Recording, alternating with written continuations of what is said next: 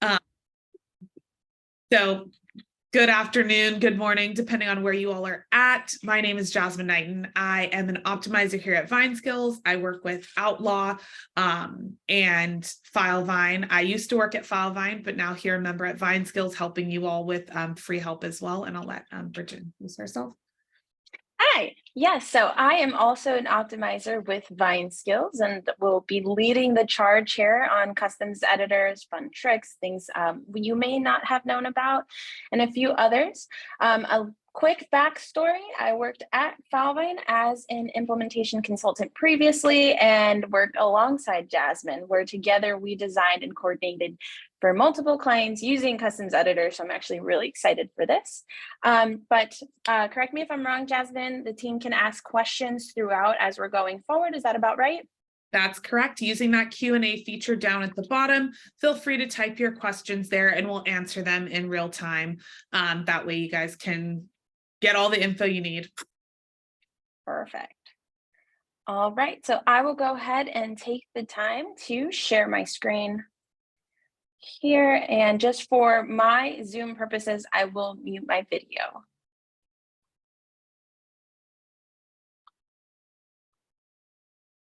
All right, it should be loading in just a second.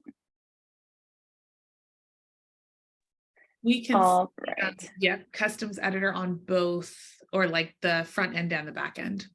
Perfect. Yes, this is exactly how I wanted to make sure we started out. Now, give me a moment. I'll let the little Zoom menu at the top take its time moving away from here. But ideally, I do like to start off by showing you the front end and the back end. So over here on the left, we have a test project that we've pulled up. And on the right, we have what it looks like on the back end. So first things first, I do want to have you confirm that you have your advanced settings going. And so what you'll do is hamburger menu at the top left, you'll see you have advanced here. So in order for you to be able to access customs editor, we do want to make sure that you have that customs editor access. In the event that you do not, that can be requested from your Filevine admins. If you do not have access today to follow along, no worries. I do want to point out that it is really nice to know how it functions within Filevine. Otherwise, if you have access, welcome back. We're going to go through a few tips, tricks, and just basics to customs editor. Now, I will use this opportunity to click on this guy here, select help. And when you click help center again, you have the option to seeing Filevine support articles. And my favorite thing to do here is just go in and type in whatever I'm thinking. This way you'll have Filevine support articles pull up alongside you, and you can always go through and follow the read mode. So if you're not a visual person or you just like having that text basis for you, you can find that here. And you'll also note that these are constantly updating. So as Filevine is making changes to the software, you'll be able to see how early on they updated this guy. And if you scroll all the way to the bottom, you'll be able to add in some feedback. So here it is. You can submit a request for specific questions, okay? So I'm going to go ahead and minimize this guy over to my left again, and we'll get going on customs editor. So with customs editor, we have two things. We do have the contact setup here. This is a separate one to customs editor, and they are a little different in how we are working and developing them. Okay, so you will see here, first off, contact setup. So contact setup, as you know, it is setting up our contacts, how we have them showing on our address book. Address book can be found over here on the menu, hamburger menu, as I like to call it, and then you have your contacts. This is where we are deciding what type of information we are saving to our contacts. So I'm going to go ahead here and we are going to double click here, and you'll see the first page. This first tab here is contact info. This is not an item that we can edit. This is basic information. We have first name, middle name, last name. In order to save a contact, you do have to have a first name always. If you change this guy here, you'll be able to change it to a company name. And below it, you'll have the ability to add in phone number, email, and address, as you know. But this guy here cannot be edited. This is a stand-in. We can't change it. What we can change is any additional tabs here. So here we have additional info, this guy, salutation. And there's a couple things that I want to talk to you about this here. We can have different fields show based on labels that we're applying. So in this scenario here, we have adjuster showing, but if we add in, let's say, an attorney, oftentimes we'll see a few more items come in. So within Filevine's custom editor, we do have the contingency. The labels here are what kick off contingencies within the contacts. All right, and Jasmine, is there any clarifications you want to add in so far, or any questions we want to take? No, I think that that's great, Matt. You can edit those contact types and labels, and I'm sure Bridget will get into that. So that list can change. You can change kind of if you want gender to show up for all of them, you can, make those contingencies or not. The only thing you can't do is you can't say, like, if this is yes or no, then I want this to pop up. You can't do contingencies off of that. They're only based off of those types Right. and labels. And so keep that in mind as you all are going in to edit stuff. The other thing to note when you're adding stuff into this contact type, when you're like, what fields should I add in? You'll want to consider fields that are not particular to a case. And so you wouldn't ever want to put like case number or something like that, something that changes, because if you do have this client again in the future, you won't be able to, or if you change that, the historical data will be altered. And so you'll want to make sure that stuff that usually doesn't change or is only related to that specific person, so maybe marital info, you can put that in there just so that if they do have another case, you're not having to re-enter some of that information in there. Exactly. Thank you so much, Jasmine. That is a great point. We would like to keep in mind that if you have a contact card, remember that this contact card will live within Filevine, and you can always see it and edit it. So if it's information that you want to track within the case, we always want to add that to the template itself, which we'll dive in a little deeper. Anything that's contact information, children are something that remain your children lifelong.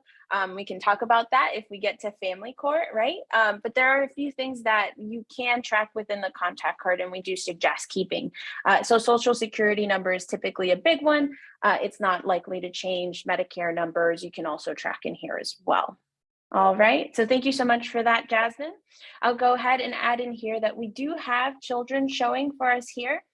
And when we navigate to it here, a main reason that I like to point out having both sides open is you'll see, and it took a moment to load there, I do apologize, but what you'll see is how it'll appear on the front end. So this is a great method when you're working on the back end to see what your team members will see. So those who are just making changes, making updates on the contact cards, but can't really see what you're doing on the back end, having this point of reference, if you have two screens, is fantastic so that you can see the layout and how that's all coming together. Now, I will open this up just a bit, but you'll see here within the contact setup, and specifically within contact setup, we have the ability to add field groups, okay? So what I'm gonna do here is I'm going to click in field group, and we can label that. So let's say right below children, point of contact, I wanna add in subfields, maybe spouse, maybe ex-spouse. That's where you could do that. And within that subgroup, you can then add additional fields. All right. When doing that, we'll do a little test one here. It'll go ahead and create it. You can choose your width and all of these guys. I want to point out that this is specific to contact setup and is not the same in the customs editor. And we'll review those and a little tips and tricks there to make it nice and shaped on your template. But we'll go ahead and hit create here, and then you'll see the add field portion, right? So here we can add a specific field to how we want it to appear. And that's where you'll get all of these wonderful options of the types of fields that we'll get. On contact cards, there's a big one that I want to point out, and this is specific to DocGen generation. So if you've had a bit of loading time issues when it comes to DocGens, I will typically recommend not adding too many contact cards on there. Now, the main reason for that is when you pack in tons of contact cards within a contact card, right, it will bog down your DocGens, as every single contact card we'll have multiple phone numbers, addresses, and emails that we can add in to a doc gen.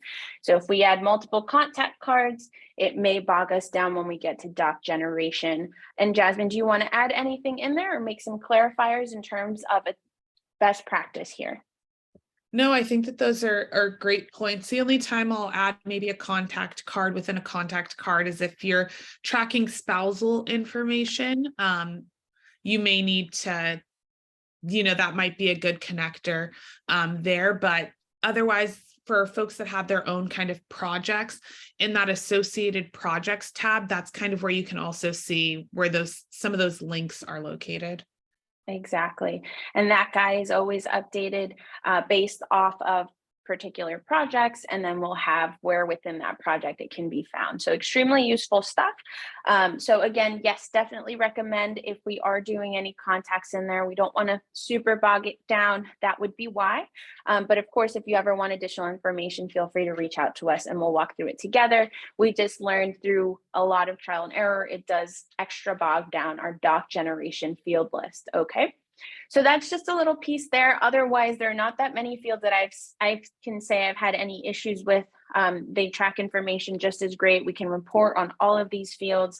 So they're very useful. One recommendation I can make is I've seen documents being dropped into contact cards, and that will be for CVs, expert resumes, right? Things like that. Very useful. I think that's a very unique ability to be able to attach to a contact card. And as you know, anytime that expert or attorney, judge, anyone at all is referenced, you can be able to see where they are referenced within your organization. All right. So from here, what I'll do is I'm going to close this little guy out. We'll see our address book to the left, but we'll take a jump over here into the back end, and we're going to look at when we add that field. We'll click this guy here. You'll see that you'll be able to make this field visible depending on the label type, right? So we'll talk a little bit about labels, but I just want you to know that you do have the option to have it hidden based on the label type. So as we saw over here, we click on my admin, there we go. Again, if we add our attorney, you'll see that because we have attorney on there, we have bar number, we have a few other options that pop up, and that the way to make that show, depending on the label, can be selected from here. All right, and there we are. So that's when you're adding that particular field. We also have, to the same effect, the visibility editor. So what we can see is based on our labels, how this would show on the front end. So it's really nice to be able to see it. For my brain to pull into focus what I'm doing on the front end, I do typically keep this guy up for me, but you do have the visibility editor here as well, showing you exactly what will show based on the contact type that we've selected. All right, and so I'll give a quick break to see if there's any questions. Do we have any questions so far? None have come through the Q&A. Fantastic. So if you all do have questions, again, feel free to drop them in there. Perfect. Thank you so much, Jasmine. Before I move into types and labels, I do want to point out that we are able to obsolete fields. So if you are a firm that's dealt with any type of migration and there's a field you're trying to just phase on out, you do have the ability to obsolete these fields. And if you want to see what's been obsoleted, you can click on this guy and it will show what fields have been obsoleted. All right. Now, what's really great about Filevine, it has these helper texts here, and it will tell you a little bit about what obsolete is. I do recommend anywhere that you see a question mark, a little I for additional details, go ahead and click on it. It's super useful for you to really know the full effects of what we can do within Filevine. All right. So from here, I will say if we did make any changes we want to keep, you do have to hit save here in contact setup. If not, it will not save it. And I have been someone who's done a few edits and forgot to hit save. So we'll definitely want to make sure we hit that save button. All right. And in the contact template, tabs that Bridget has gone over, we went through and added those. So when you open up your Filevine, if you haven't yet added edited your customs or your contact setup, you'll only see that contact info and associated projects. You will have to go in to add additional tabs. And so because this is just a visibility editor, you can only see what you've done so far. You'd have to go to that contact template tab or option at the top. And then from there, you'll see a little plus sign to the right of all of the tabs. That's where you would add additional tabs. There is a limit on the number of tabs that you can have in Customs Editor. And so you may want to get creative. If you're tracking maybe children and spousal info, maybe you want to combine those together and say family info. If you're tracking, information for judges, attorneys, all of that, maybe professional info or education and professional history maybe can be combined into one tab, and using those headers that Bridget went over in the very first portion, you can utilize those to kind of break up those differences there. It's also really easy to edit this page. You can just click and drag if you're trying to move stuff around. And then when you're editing a field, you can choose that width. I know Bridget talked about that when we did the field group title, but you can choose the width, and that will determine kind of how far across the page that will be. Exactly. Thank you so much, Jasmine. This is fantastic. And it is super useful when you're unsure about your width or you want to move items along. So very unique. I love the contact setup, love this tool. But thank you so much, Jasmine. So I'm going to go ahead and jump into types and labels. All right. So this is where you can add in your contact type. So those labels that we use to decide what information will show will drop down from here. This list that you do see on the front end is edited right here. And that again will be main hamburger menu. You hit advanced there, hit contact setup. Please remember that if you don't see it, you don't have access to it. So that would be requested from your Filevine admin. And then you would jump in here and you have your types and labels. Now, something that's really cool of note that I love is the ability to add in date of birth or date of death. So by clicking that guy on, it does let you track, and I'll show you here in real time.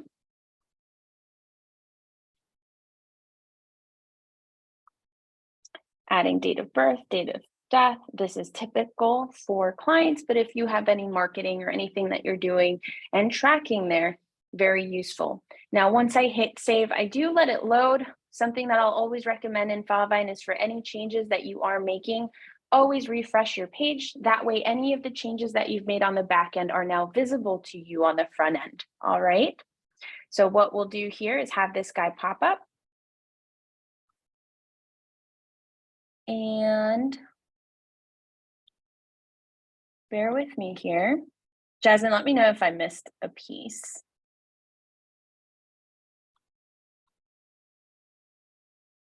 Nope, once you press save, let me see. The contact card you opened just had a gesture. All right, let's give it a little refresh here.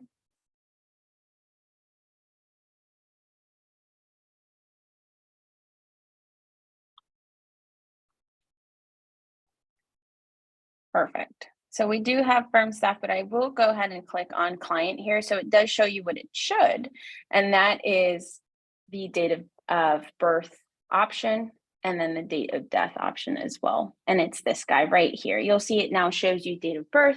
This is where we can track.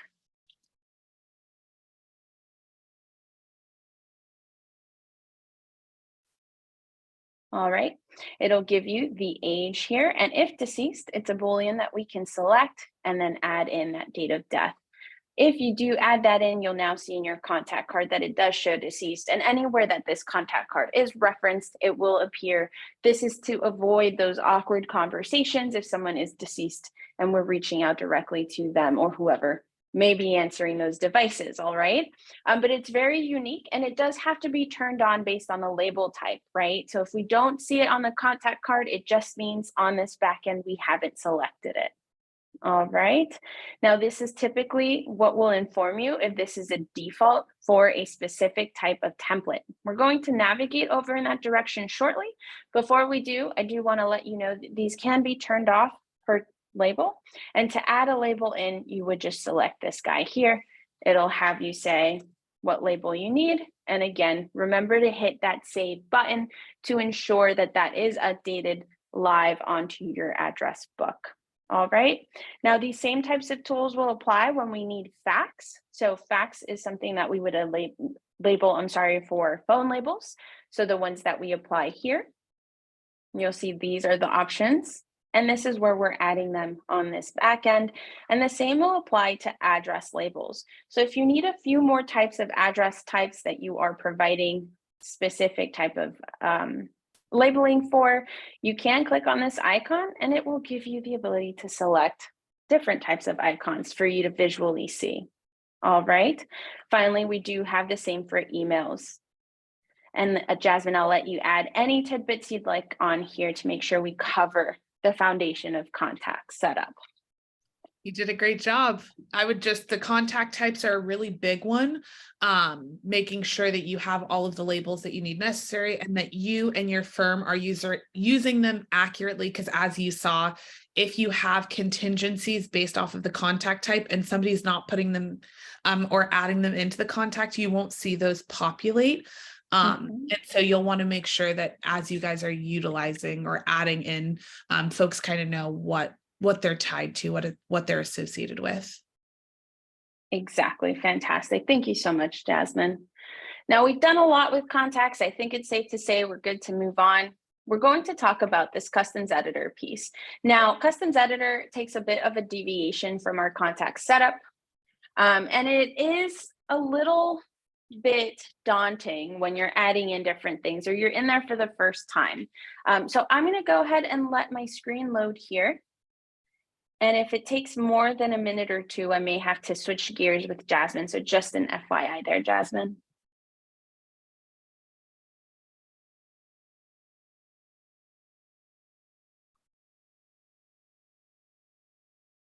All right, I'm going to pause my share for just a moment and check Wi-Fi status here. No worries. I can go ahead and share my screen and you can just walk us through. Perfect. Thank you so much, Jasmine. Of course. All right. So again, like contact setup, we have main menu at the top left, advanced. As long as that's populating there, you have access to advanced settings, and then we would head over to customs editor. Please note that every advanced setting that you have back there is turned on or off by the admin team at Filevine. And from there, we'll go over and select a template. Now in Filevine, all of our projects have a foundation, and that foundation is a template. As you'll see here, VineSkills works very hard to create templates that are easy to use and adaptable to firms. That way, you don't have to go through the heavy lifting of creating a template that's just right.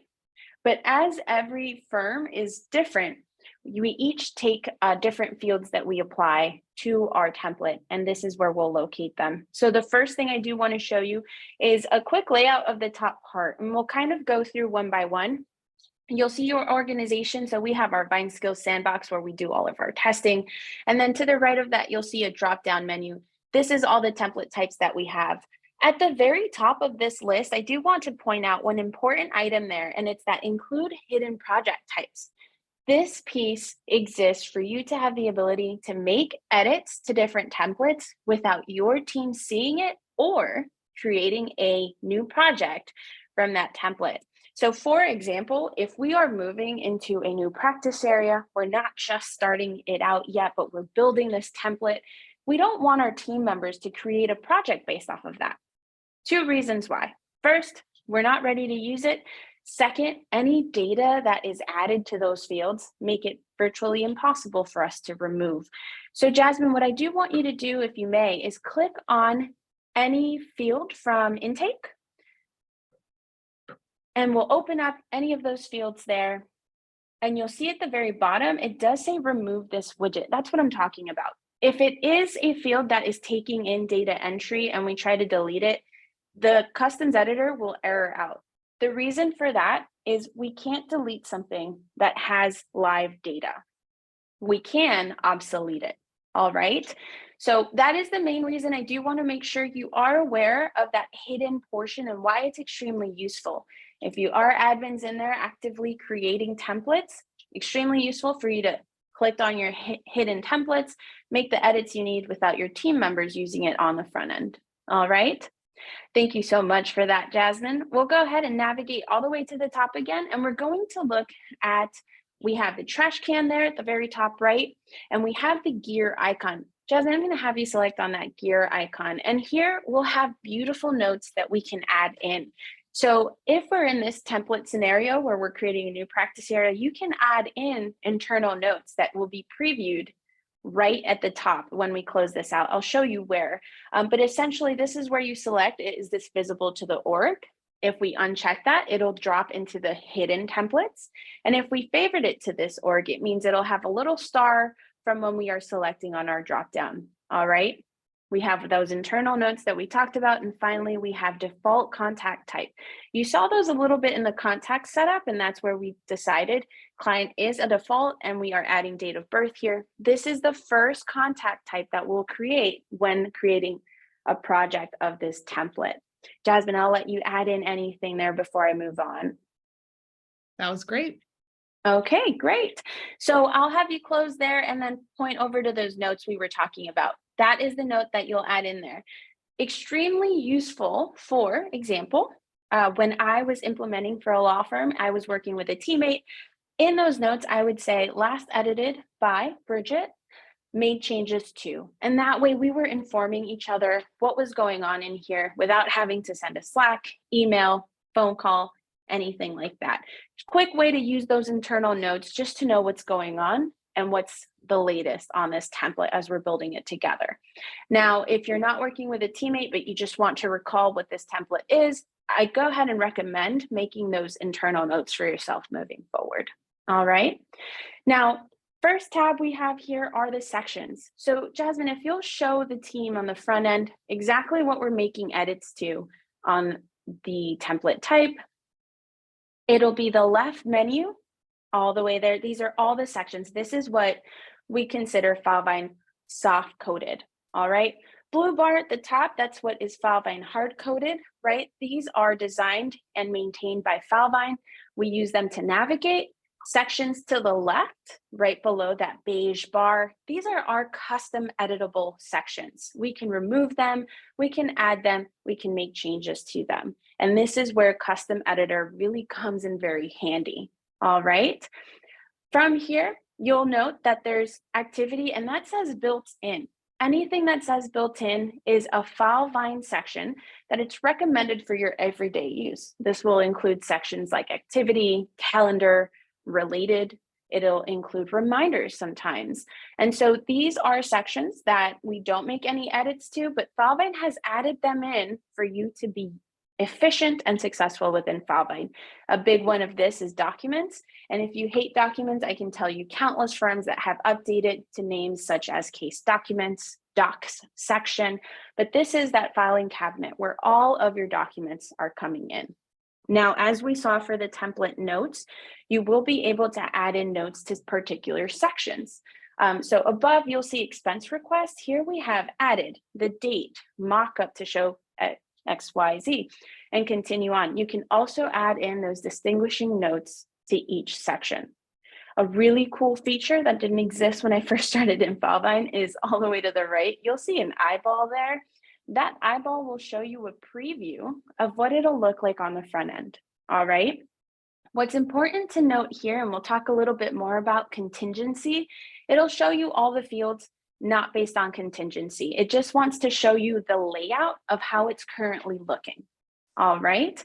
And you can only do these one at a time. So you either preview it with the eyeball and then go back in and make the edits you need.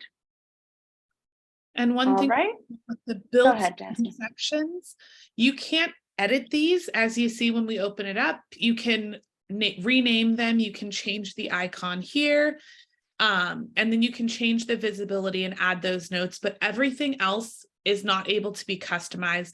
So if we were to go in here in the front end and go to that Teams or the ad hoc deadlines, there's no way for us to customize anything on this front end portion because it's a built-in section similar to Teams. We can't change the layout or anything like that with any of the built-ins.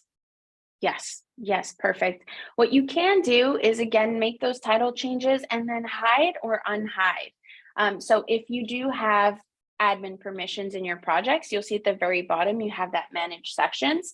That is the type of visibility that we're editing. So Jasmine, let's talk to the team a little bit about that and make sure they're getting the best use out of it. Note that the biggest differential there for that manage sections is the team member who sees this will see it at all has to have admin permissions. Okay. If they are a collaborator on the project, they will not be able to see that manage sections. So that is a key point to have. What's really nice is, say, for example, we have a pre-suit and personal injury case, and we're doing all the pre-suit work, but we don't want to be bogged down by all of the litigation sections. This is where you can have them turned off. And when we're ready and we're in litigation, we can then have them turned on. All right. So just so you know, that's where we would manage the sections, having them appear. But on the back end, when we're deciding if it will always show or can be hidden, we'll go back there and you'll see when you click in, it says default section visibility. Of these, the most important one to note is if you do select always hidden, you'll get a warning. That warning with always hidden will let you know that any data that is coming here will not show in your reports. All right. It will hide the data from the sections. And so just keep in mind that this is also that tool for hiding the section. A little bit like we hid the template from our team to make edits, you can hide a section while you're making edits to it. All right, this way data is not being input to those sections that you're working on, and you can easily delete fields without having to obsolete them. So very useful for you when you're making some custom changes in there. Otherwise, if you select always visible, it will always show. It will not show up on the managed sections on that front end as so. And if you have initially hidden or initially visible, that means you can turn it on or off. So initially meaning from the moment that the project is created. All right. And I do want to make sure we check in. Do we have any questions so far? I think we're okay. Yep, we're good to go. Perfect. So continuing on, to the right of that eyeball, we have the ability to move the sections on the left. So if you're someone who says, I really want my sections to be in alphabetical order, this is where we can change that. Now, it doesn't auto default and we can't drag and drop. So using those arrows are very friendly. But it'll move them depending on the order that you want to see. So this is very useful for when moving those sections around to make sense. I personally enjoyed having my calendar and activity towards the top, and then sections that I rarely use towards the bottom. All right. Some folks like to do chronological order. So like how they would go through a case. Which is similar to kind of how we have it laid out, right? Like settlements is at the bottom because you're not doing that till the end of the case, but your intake, your case summary, those are things that you're going to get at the very beginning. The docs section is also a popular one to have at the top because most folks are in that section quite a bit. And so would recommend maybe some of that movement, similar to what Bridget mentioned. Absolutely, yes. But note that the order in which that they come up are up to you. You do get to decide that. So it's very useful. And of course, in any section, you can update your icon, which is very nice. So for a lot of clients that do mediation work, they like having a mediating icon. Here's where you get to select them. Something that is of reference for you, makes it easy to spot and select. All right. From there, we'll take a look at what is our custom section setup. Perfect. So a little different from the contact setup, and I will often say a little bit frustrating, so please be patient with Filevine, is the setup here. Jasmine, if you'll show the team the fields, there's numbers to the right. How would you best describe those numbers, Jasmine? This is the row and order in which these will show up. And so if it has a 1, these are showing up on the first row of this intake section. And then this is the order. So intake instructions is going to show up in that 0 is kind of like the very first position. And then there is no 1 here, but 2 is the next number. So it will show up right next to that. And we can show you here in intake. Here you have, this was number 1, 0, and this here section loom is 1, 2. The thing to note here is you don't want to have a ton of items in one, a ton of items in one row, because then it starts to look a little bit cluttered.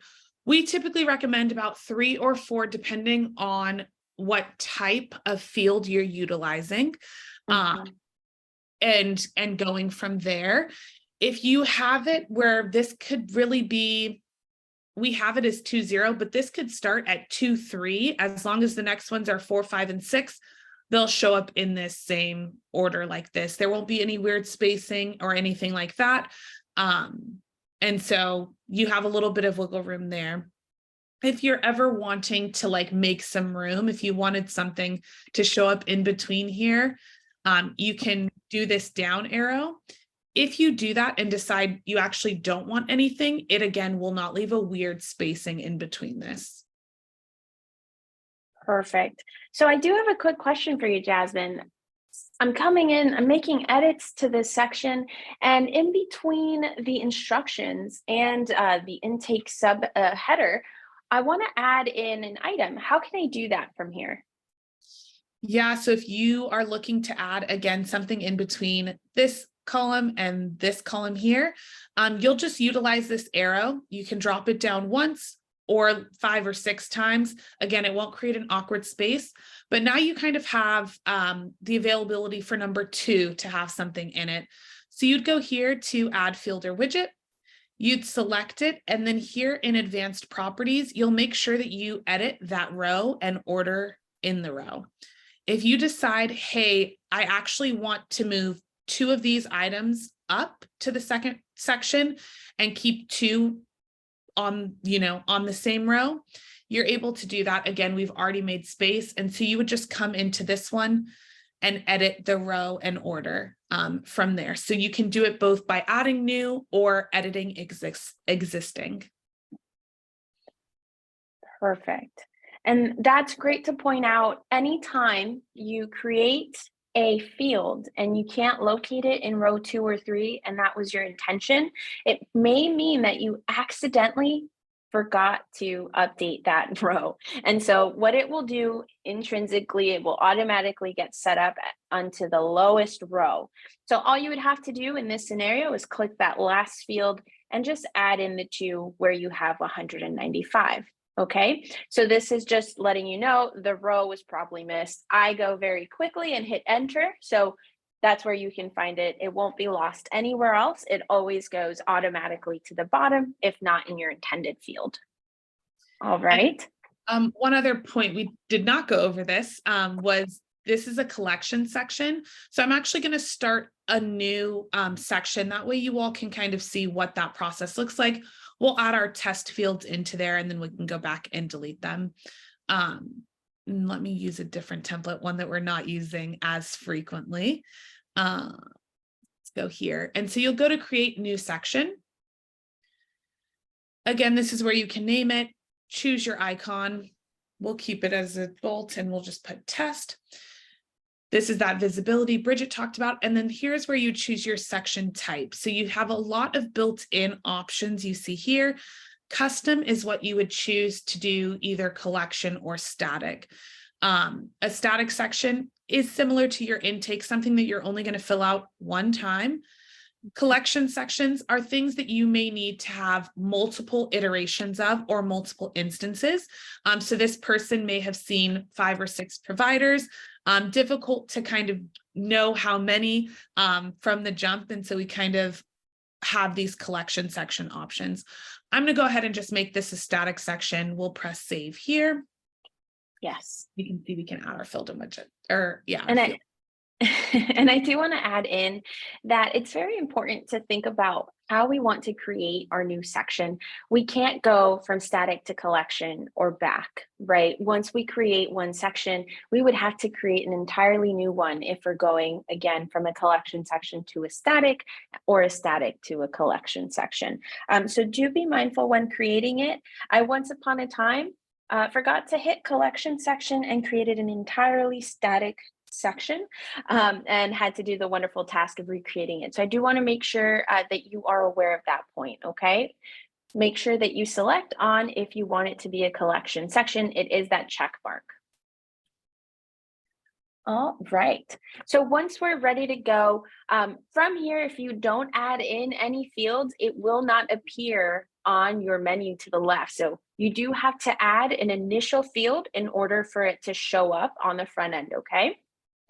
And from there, you'll see that you have the options to create a field or a widget.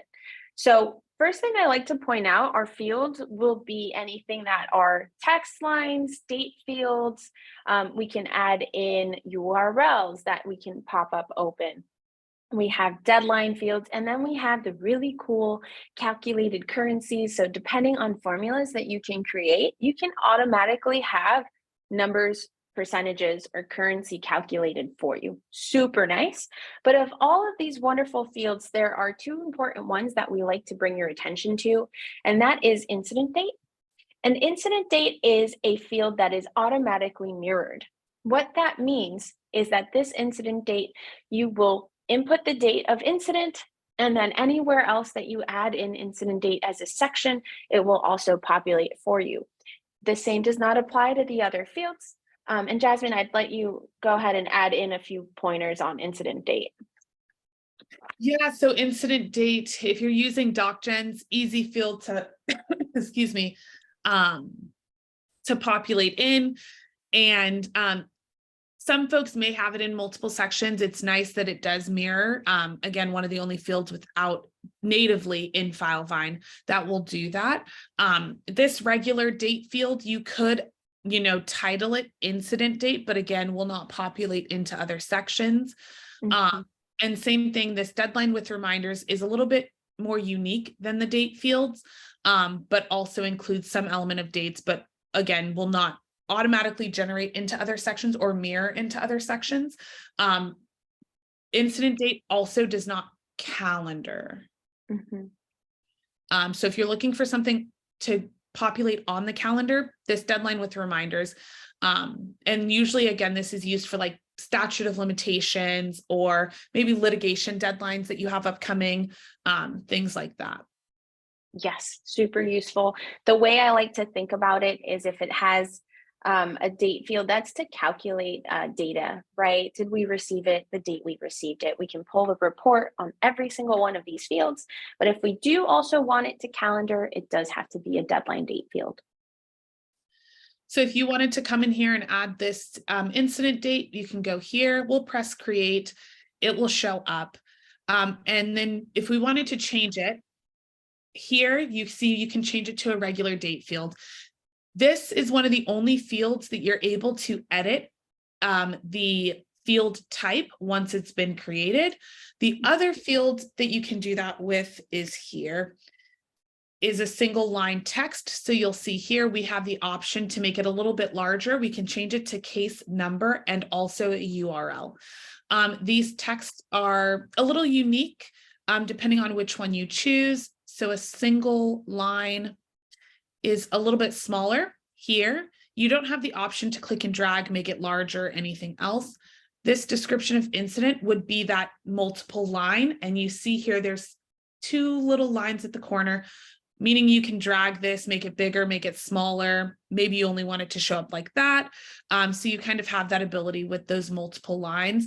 And again, with the text fields, this is one of the only ones that you can change after it's already been created.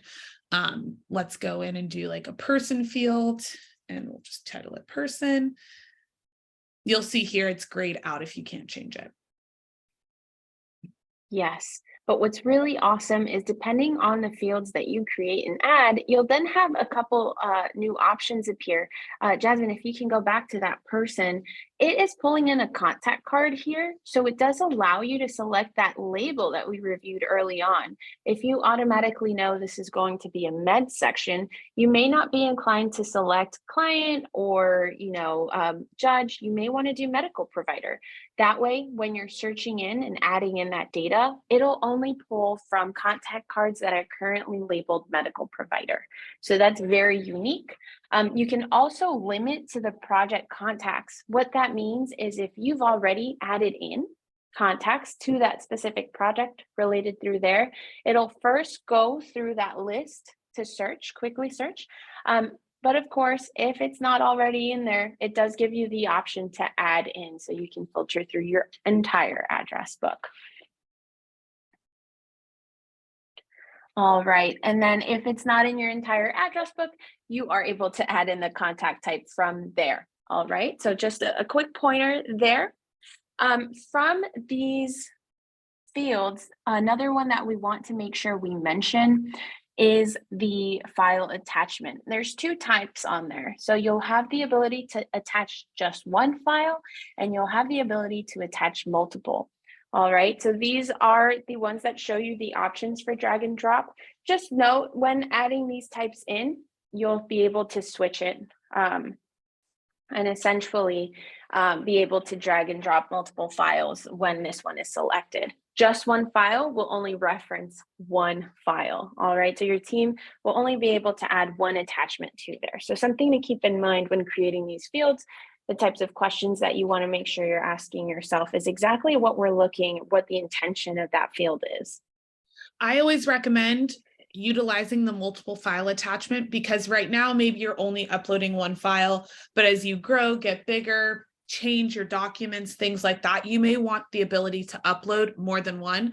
And similar to that person field, once you select regular file attachment or multiple, you're not able to change it, meaning you'd have to make the old field obsolete because there would have been data in it, and then recreate a multiple file attachment. So I say this is a better catch-all. If you just have one document, great, you can add that one document in, no harm, no foul. But if you have any more that come down the pipeline, you'll want to go ahead and do that multiple file attachment.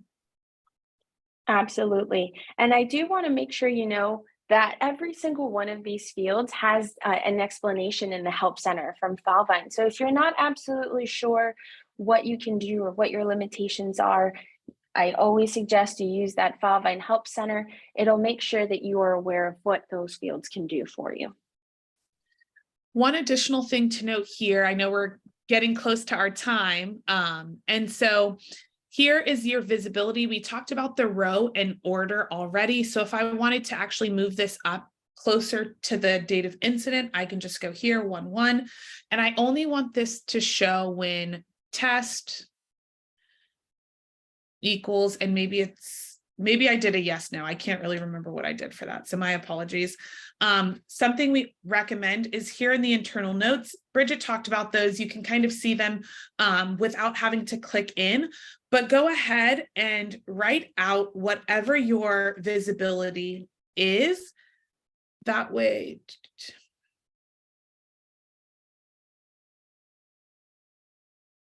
Okay. That way you'll be able to see it without having to click in.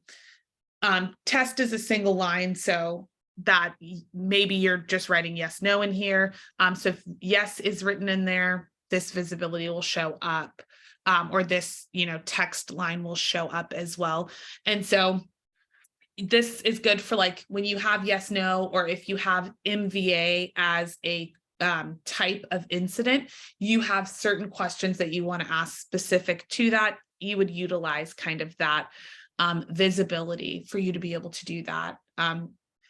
If it's required, that means you can't save the page without filling in this portion. And then again, Bridget went over obsolete. So that you would utilize that if you're no longer using this field, but there's historical data in your Filevine in this section or in this field. Yes, yes. And that required field, your team will know it's required is because you can't save it without it having data. Also, it'll have a red asterisk. So when you do see it on the front end, it just means that is a required field. Very quickly, you'll see there's a locked option there.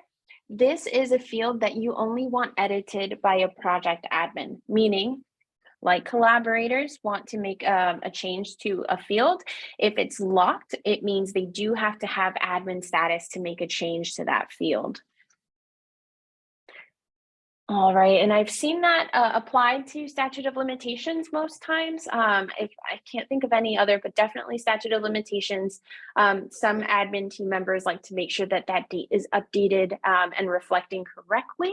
So they'll only have their project admins change it, but that's exactly what it does. The other section that we will go through super quick is this widget section.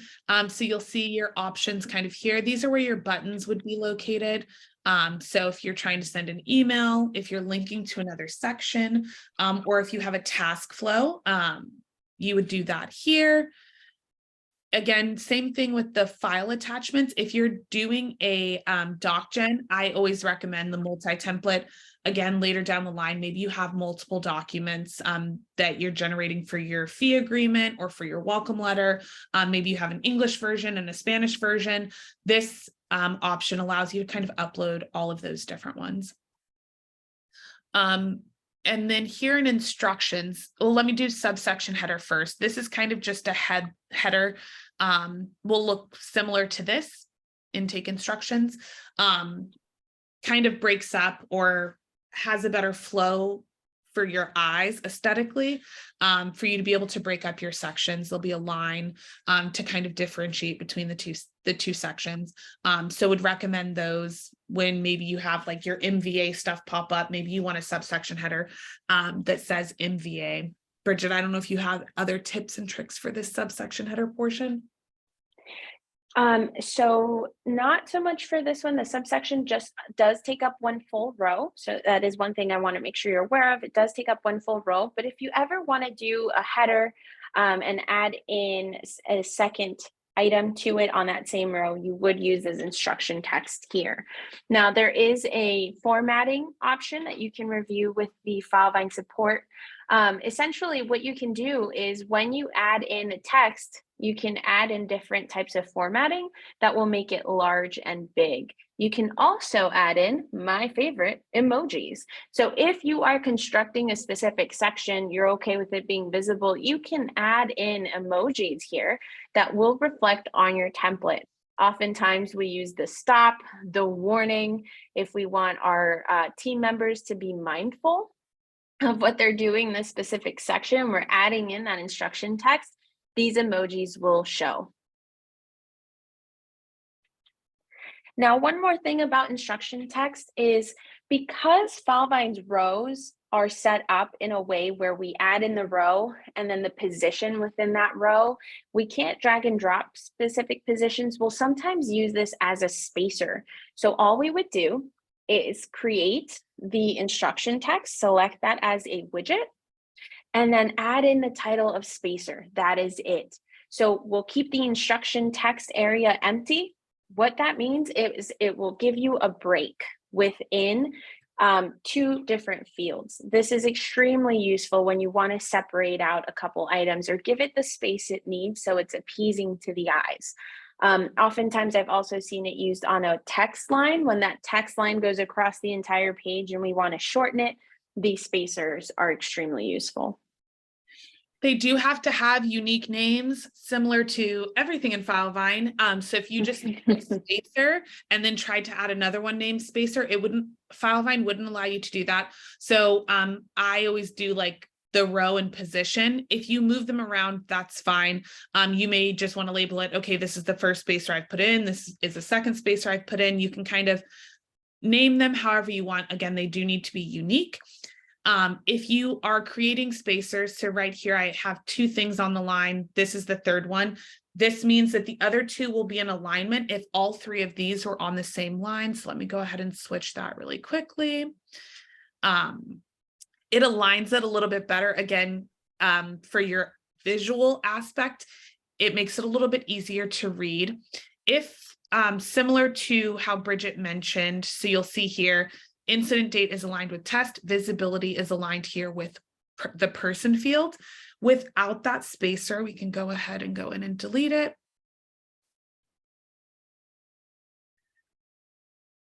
We'll go back here to visibility. You'll see now visibility is kind of just not really aligned with either of these. Like Bridget mentioned, you can add spacers in between to the end.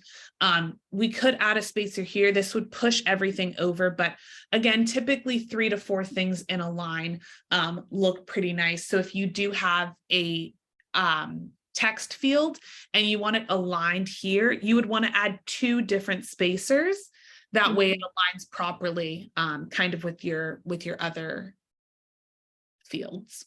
Exactly. And what I will add here is a very quick breakdown of a couple items that are out there for you. Jasmine, we'll scroll to the very top. We'll take a quick look at what are our vitals here.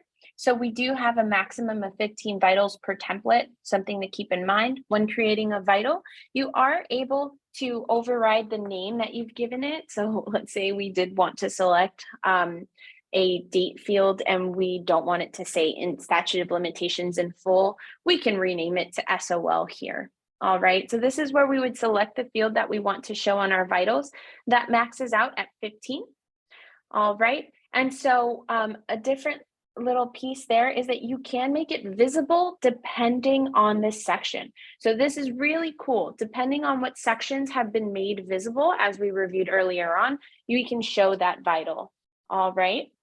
This next one there is phases, and phases allows us to select where we are in the project. Now, when we're in here, we also have the options for visibility. What I would like you to keep in mind is that when you are changing phases, if you have any task flows that are connected to it, you may want to make sure you update those task flows to select the correct phase. But otherwise, this is where we would manage our phases. All right, and then finally, folders. Now, you'll note that folders, you can add as many, that is the root folder, but then you can add in a few replacement fields as well. So if you want a date to always populate on this second folder, you can have that do here. You just copy that in, paste it there, and this will show. Now, do keep in mind that anytime you add a folder, it will appear for any new projects moving forward. It will not retroactively apply to previous projects created in that template. And I know we are at time, so I spewed that at you very quickly. I'll let Jasmine wrap that up, but we thank you so much for having me on today. Yes, thank you so much, Bridget. Hopefully you all learned something. Sorry, we sped through the end of that kind of quickly. Customs editor is obviously such a beast, but hopefully you all learned some great new tips and tricks. If you all are looking at customs editor and thinking, hey, this is a lot, we do need updates for it, but we just don't have the time to do that. You can always retain Vine Skills services on a monthly basis to make some of those edits for you, do your doc gens, things like that. I will go ahead and put myself and Bridget's emails here in the chat. That way, if you do have any questions, you can feel free to reach out to us. If you want to learn more about Vine Skills services, you can definitely do that. Or if you just have questions about customs editor that we were not able to cover today, just because, again, it is so much content and info, feel free to reach out and we can answer any questions that you do have. But hopefully you all learned something and we appreciate you joining us. Hopefully we'll see you all next week. We are going over time and billing. So if you have questions about that, definitely feel free to hop on. And if not, thank you again so much, Bridget. You did a phenomenal job. And again, we look forward to either working with you or seeing you in a future free help session. Thank you, everyone. A good one. Bye-bye.